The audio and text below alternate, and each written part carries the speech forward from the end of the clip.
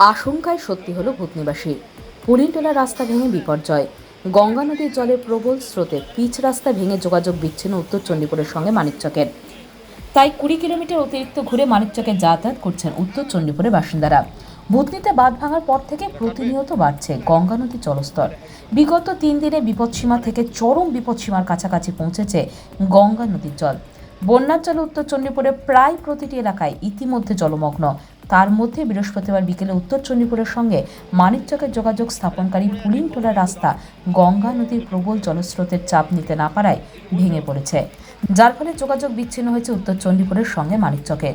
বিকল্প পথ হিসেবে প্রায় 20 কিলোমিটার দক্ষিণ চণ্ডীপুর এবং হীরানন্দপুর হয়ে মানিকচকে আসছেন উত্তর চণ্ডীপুরের বাসিন্দারা।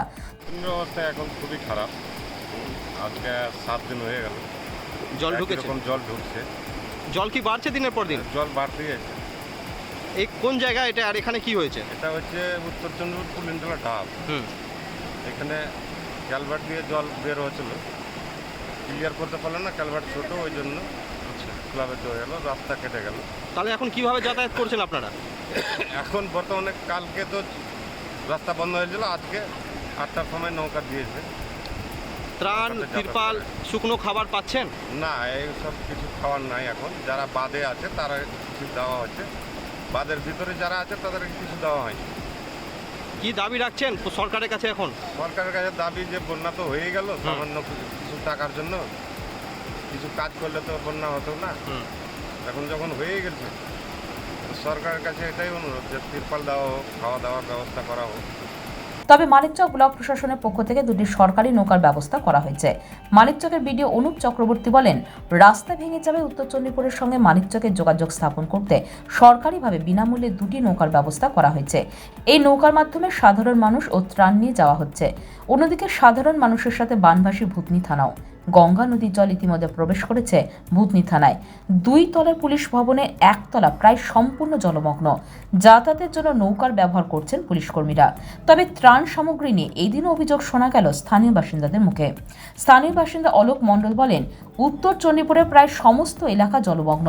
প্রশাসনের পক্ষ থেকে বাঁধের মধ্যে যারা আশ্রয় গ্রহণ করেছে তাদের ত্রাণ এবং খাবারের ব্যবস্থা করা হয়েছে। যদিও যে সমস্ত পরিবার এখনো জলমগ্ন অবস্থায় বাড়িতেই রয়েছে তাদের দিকে ঘুরেও তাকাচ্ছে না প্রশাসন। তাদের থাকার জন্য জায়গা, ত্রিপল এবং খাবারের ব্যবস্থা করুক প্রশাসন।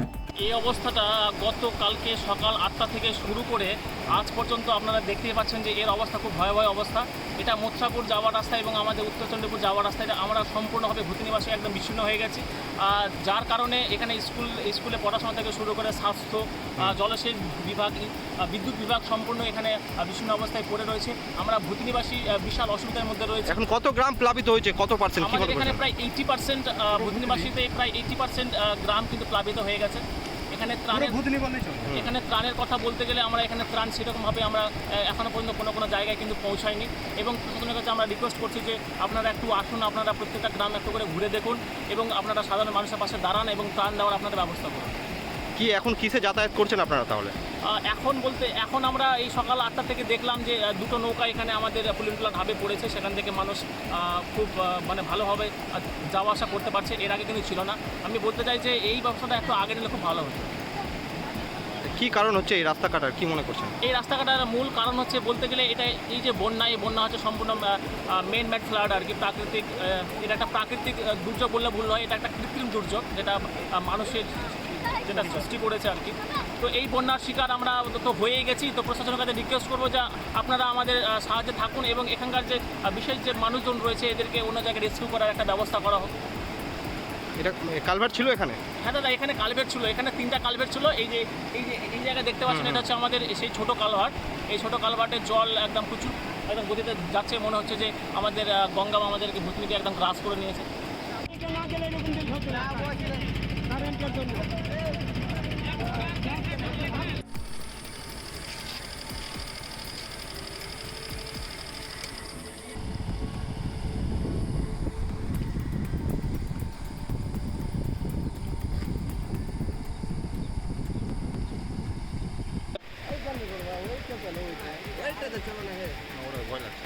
ওটা দিয়ে যাবো, চলো নৌকাতে চলো।